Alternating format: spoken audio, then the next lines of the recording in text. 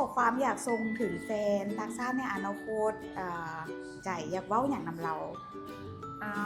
ถ้าคบกันน้องก็ยังให้เขาหักน้องได้หลายแต่ก็น้องก็หักเขาได้หลายเอานะฮักหลายลาใจมีความสามารถอย่างพิเศษโบคือแบบว่านี่อย่างที่ว่าใจเห็นเก่งที่สุดนะแบบพูดกินห้องเพลงหรือยามบางน้องจะมาเข็ดกินแต่งกินเนาะแต่งกินเก่งบ่โดยพอใดแล้วภายหลังที่ว่าแต่งงานแล้วเนาะใจพร้อมโบที่จะไปอยู่ต่างประเทศกับผัวโดยพอเจ้าแล้วก็พร้อมโบที่ว่าจะเรียนภาษาต่างประเทศคือภาษาที่ว่าผัวใช้